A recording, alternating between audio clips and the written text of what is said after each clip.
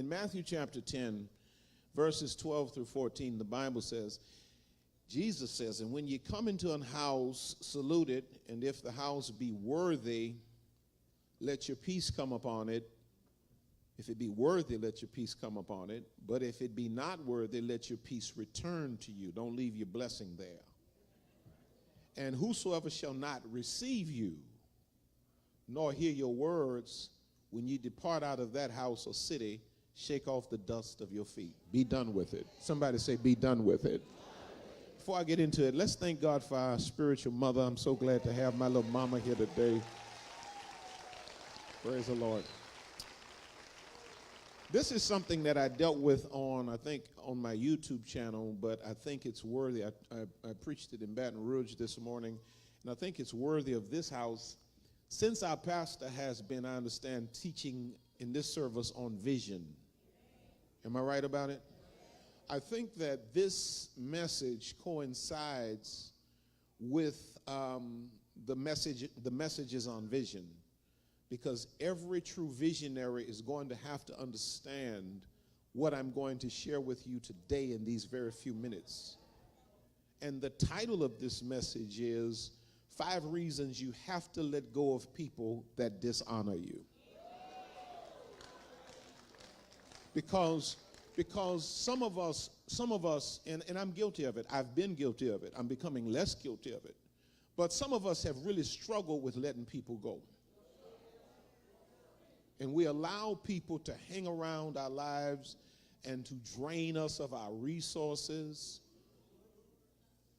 to abuse us psychologically, sometimes physically, emotionally, spiritually.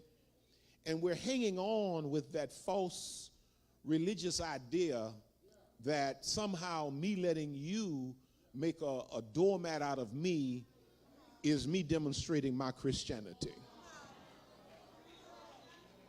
Touch that neighbor, tell him, Jesus never told you to let folk use you. I told him this morning, even when he said turn the other cheek, sometimes you turning it to go in another direction. So, watch this. You have to learn how, can't believe I'm going to say this, but I thank God that they cut the air off. Anybody know me? Know I love air, but my God. Satan's greatest tool to destroy our lives is quite often dishonorable relationships. What do you mean by that, Pastor? Well, like people that you let into your life, that you give everything you got to, and they bring nothing to the table. People that you bend over backwards, put yourself you put yourself in inconvenient positions for them, and they don't have enough sense to even be respectful of you. And there you just trying to hold on to this. You trying to hold on to this, and religious folk are crazy. Because religious folk will tell you that God wants you to go back into a situation with somebody putting their hands on you, jeopardizing your life, and somehow that's what Jesus wants you to do. Now, a basic expectation of any so-called relationship should be honor. If we're going to have a relationship, you need to honor me, and I need to honor you. I need to respect you. You need to respect me. People often wonder, how is it that my brother and I get along so well? We don't ever have there's never strife between us. We don't have no tussles. There ain't no locking of the horns. And you know why that is? It's because I honor my brother. And my brother honors me. We have a mutual respect for one another. I know his strengths, he knows mine. I submit to his, he submits to mine. Touch your neighbor, tell them there can't be dishonor. Now let's get some clarity. To honor a person means, watch this, to esteem that person to a higher position. When you honor a person, it means you put them here. And you say, okay, this is where I place you because I honor you. Now, to dishonor, watch this, means to take a person and to position them lower than they deserve. And see, I know that hit you like a ton of bricks, because there are a lot of y'all sitting up in here right now who are trying to maintain these old bogus relationships with people who are treating you beneath your worth.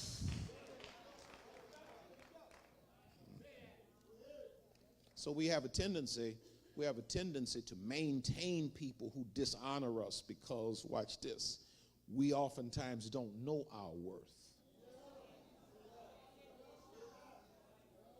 Which is why you need ministries like this that's going to do more than hoop and holler and tell you Bible stories, but open up your understanding to help you to know who you really are, because some of y'all are settling for folk who are really beneath you.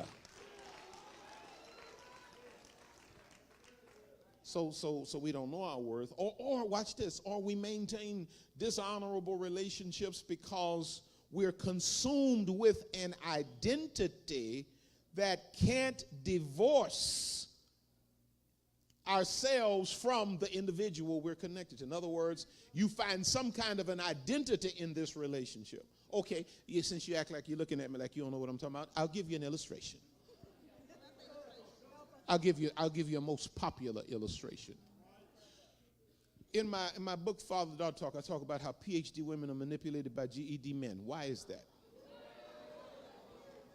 How is it that a dude that can't even read slide up on a college professor, spend her money, drive her car, ruin her credit? How does that happen? Well, I'll tell you how it happens. It happens because somewhere in your development, you develop this false idea of value. That just to have a man on my arm, or even a half a man, some of y'all have even said it, a piece of man is better than none at all. A piece of man is as good as a piece of shoe. If it ain't whole, it can't do nothing for you. I'm preaching better than y'all shouting. Piece of man better than none at all.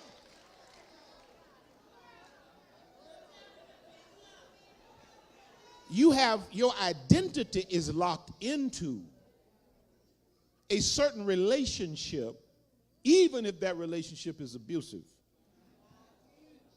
And you can become so twisted in your mind and your psyche if you don't get some help, that you will begin to redefine the abuse as love. I'm talking to somebody in here. All right, praise the Lord. Watch this. Now, when you know your worth, you establish boundaries and limits. But see, when you don't know your worth, people just run all through your life. And they wear you out. They ruin opportunities. They squander. Some of y'all sitting in here right now got people in your life that are squandering every blessing God gives you. You have worked your fingers to the bone and you have nothing to show for it, because you have your life filled with people that dishonor you, and all they do is use you. Touch your neighbor, tell him he's preaching up in here today. Now watch this. Here's an interesting passage. In Luke chapter 15, and I won't read, just write down verses 11 through 13. And there you have the record of the prodigal son who asked his father for some money so he could leave, and his father gave it to him. But here's the interesting thing. I call it the trilogy of parables, because there's three of them. You have the lost coin, you have the lost sheep, and then you have the lost or the prodigal son. Now, the interesting thing about the text is this. Pay attention now. There's this lost coin that this mother, or this lady, should I say, begins to sweep for until she finds it, right? She sweeps. Everybody says she sweeps until she finds it. She finds it, okay? Then there's this lost sheep that the shepherd leaves the 99 to go and search for until he finds it, and then he brings it back to the fold. Everybody say he finds it. But then you have this prodigal son. How many of y'all would think a son is worth more than a coin? How many of y'all would say a son is worth more than a sheep? Now you have this prodigal son who comes to his father and says to his father, give me my stuff, which was a dishonorable request. Because what he was saying is, give me what you work for. I ain't got time to hang around here and work on what you're trying to do. I want to go do my own thing. But here's the interesting thing. The father gives him the money so he can go. They sweep for the coin. They go and find the sheep. But the son, the father, releases. When a person does not honor your presence or your value, you must release them because they are dangerous to your self-esteem. When you make up your mind that you view me in such a way that you can disrespect or dishonor me, I got to let you go. Some of y'all in here struggling with these hard-headed grown children that don't want to listen to what you have to say, and you about to have a nervous breakdown messing around with a grown person. I ain't having no breakdown over no grown person.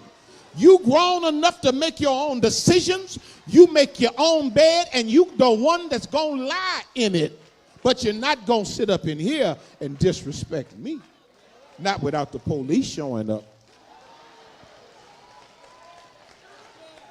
So I think it's best you get your own address before the po-po come here. I'm too old to fight, so you know what's left.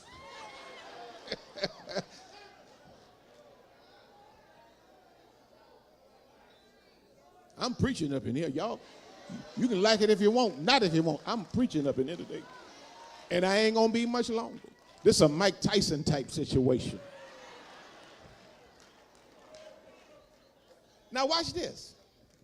Sometimes, because I can look all over this building and I can see conviction sitting on your faces.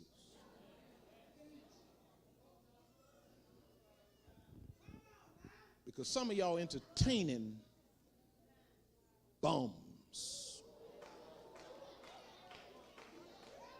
Oh, I know y'all think I'm just talking about dudes, but I'm going to tell you like I told them the other day, you got some female bums. Some of you brothers got some bum chicks you trying to turn into a wife. I know she fine and she got hips and lips and tips, but she's a bum, brother. You should have come back to the office. I would have told you that's a bum. Y'all think I'm just talking about the brothers. We got some bum brothers, but we got some bum chicks too. Hopefully I ain't talking about you. Watch this. So sometimes God, watch this, forces people out of our lives because we aren't strong enough to put them out. Pastor, my heart broke. My heart broke. My heart broke. He left me. He left me. Babe, that dude ain't leave you. You was paying all that dude's bills. You was playing wifey for him. He ain't even got you a promise ring. You cooking, cleaning, sexing. Oh, y'all got nervous when I said sex. You always want to get nervous in church when I say sex. But you know what you be running after when you get out here. Church folk a trip, yeah. We don't want to talk no real talk. Hey, you know, he said sex. Man, come on. I'm all right. Let me come on back, Lord. I'm about to go off here.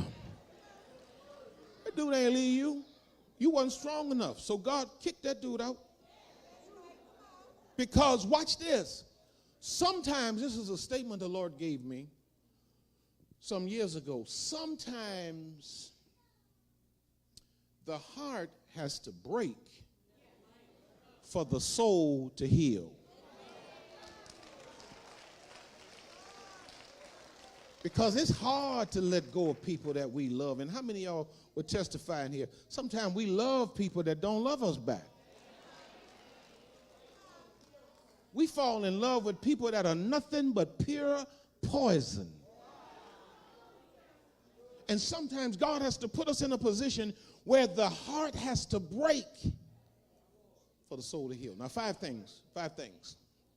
Number one, you got to understand this here. When you are trying to hold on to relationships that are dishonorable, number one, you got to understand this. What you tolerate, you fertilize. See, like you young women, if a dude come off from the get-go disrespectful, you're supposed to shut him down immediately. You don't let no Negro meet you and disrespect you in the slightest and then still give him your number. Whatever you tolerate, you fertilize. It's kind of like, everybody got their own style of parenting. I adopted my style of parenting from my father and my mother. And they ain't take no stuff. See, like that little lady right there. You ride in the car with her. You get smart in that back seat while she driving you to school. See, it ring right there.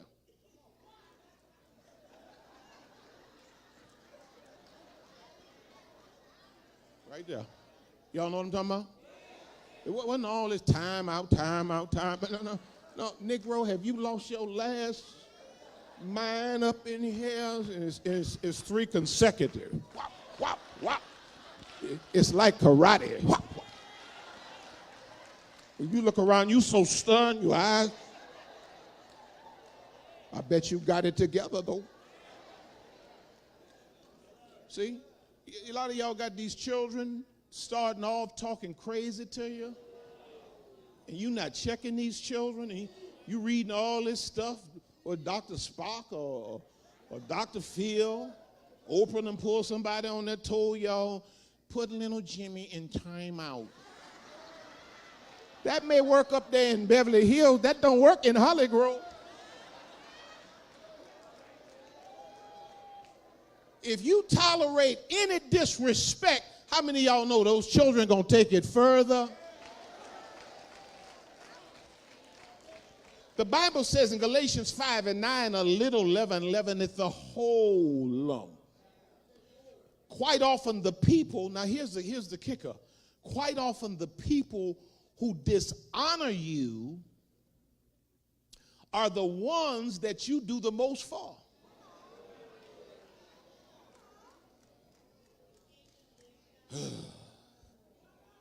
Sometimes they're the ones that in fact, it's not the people that dishonor you the most are the ones that you live in the same house with.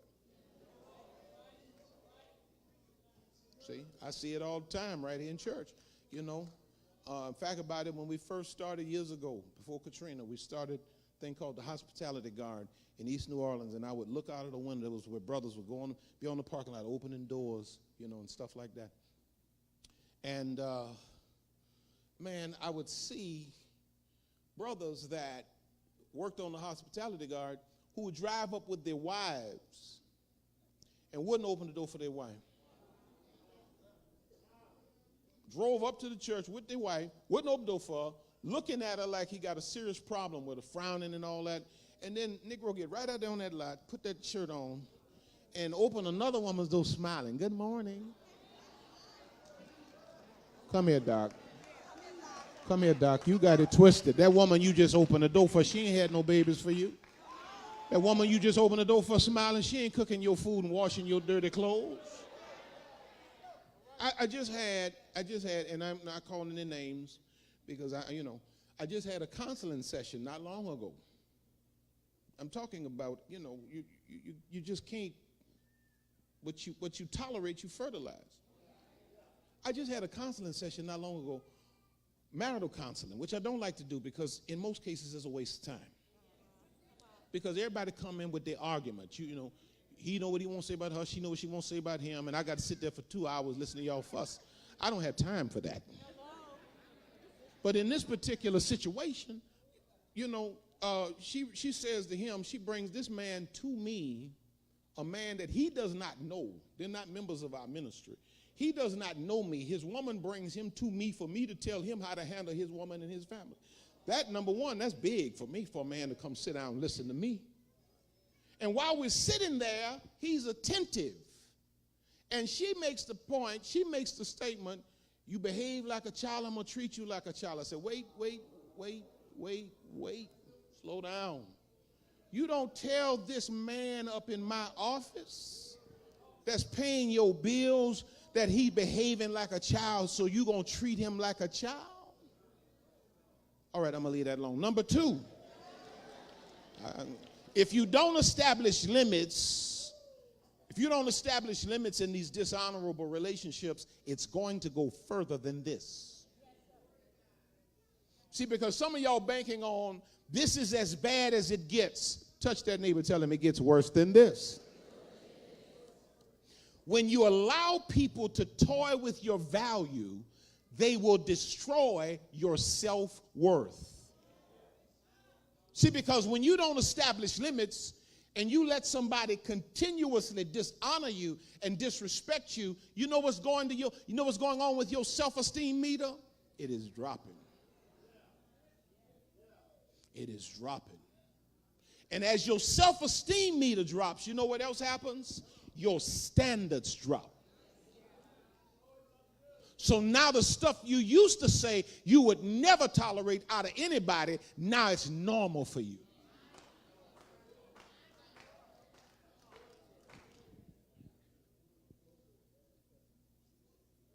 You don't even know the difference anymore. The Bible says in Romans 1:28 that he gave certain of them over to a reprobate mind, meaning they didn't know the difference between right and wrong. So you let somebody just keep dishonoring you, you begin to call wrong right. Because your self-esteem, your self-worth, and your standards are dropping. Number three, I only have 5. When a person dishonors you, the next move is on you to honor yourself. If you don't have enough respect for me to honor me, I have to honor myself. And you know what that means?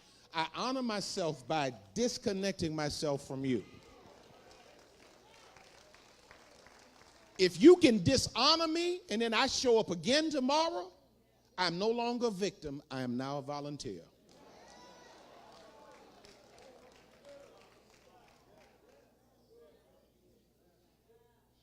In Genesis 13:7-9, there you read about how Abram and Lot were together. God told Abram, don't bring Lot into the land that he would show him, but Abram brought Lot anyway. And so when he brought Lot, Lot brought his people. And so at this point, the blessings are flowing, but Lot's men are creating strife with Abram's men. And then finally, Abram says, when you read the text, you'll see, Abram says to Lot, hey, man, I'm not used to this kind of ghetto mess we got going on here. So I tell you what you do, bro. All this stuff is mine. You pick any part you want. All I want you to do is to get away from me. Because when somebody makes a move to dishonor you, it is your responsibility to honor yourself. Sometimes you got to walk away with tears in your eyes, but you better keep on walking. Am I helping anybody up in here? You may have a many sleepless nights, but bed is better than losing your soul messing around with somebody that never deserved you in the beginning. Number 4, when you are in a mindset, touch your neighbor, tell me he only has 5. Number 4, when you are in a mindset that I just gotta tolerate, I gotta stick with this situation, even though it's disrespectful, dishonorable. I can't let her go. I can't let him go. I can't let them go. Let me show you something. What's going on is you are really clinging to 2 things, hopes and memories. and neither of them creates a future. Sometimes you hanging on to a dishonorable relationship because you remember when. But those days are gone. Come on, somebody. It would be kind of like Lisa remembering when I had hair. You all see the back of my head? I needed to get that paint so I could paint it in before I came out here. How many of y'all know them days ain't coming back? She can wake up, she can pray, anoint my head with oil, pray in the Holy Ghost, go on a fast. That hair ain't coming back. Better get that spray can and paint it in for me. You're clinging to hopes and memories. You're hoping that, watch this, tomorrow somehow this individual is going to come to him or herself. And what you're failing to realize in your reality is that it's getting worse. You hoping that it's getting better, but it's actually getting worse. But because you've invested yourself so much so, your identity is enmeshed in this. And so you're clinging to hopes and memories, and neither of these things create a future. Look what the Bible says in Proverbs 13:12. Hope deferred, or hope put off, and put off. Watch this. Makes the soul sick. Now, what does he mean by hope deferred makes the soul sick? You constantly hoping for something to happen, and it never happens. You know what it begins to do to you? It begins to deteriorate the way you see yourself. It begins to eat away at your self-perception or your value. And number 5, and finally, you will never be fulfilled sustaining or trying to sustain a relationship that is not mutual.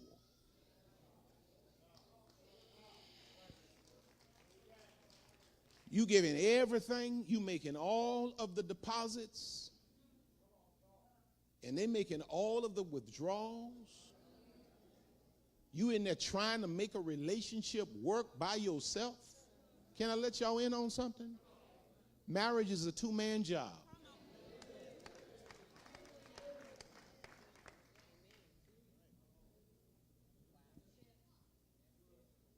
You will never be fulfilled trying to sustain a relationship that's not mutual. Amos 3:3 says, can two walk together except they be agreed? One accord, same thing. 2 Corinthians 6:14 says, be ye not unequally yoked together.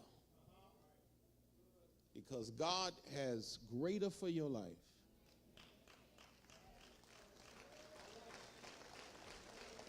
God has greater for your life, but you must develop and maintain relationships that are mutually beneficial. Now, let me share this with you, and I'm done. You don't need a whole lot of people. See, some of y'all in here are relationship junkies. You don't need, touch your neighbor, tell me, you don't need a whole lot of folk.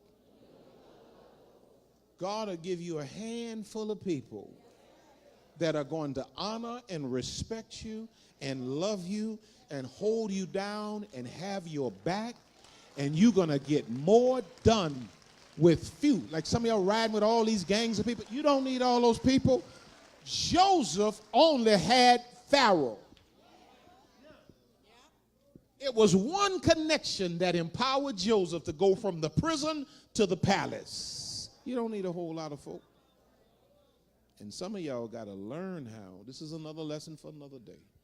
You got to learn how to be an individual.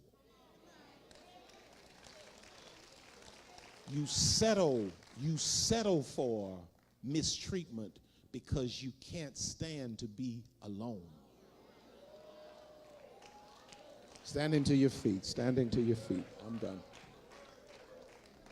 I'm done. Did you get anything out of that today?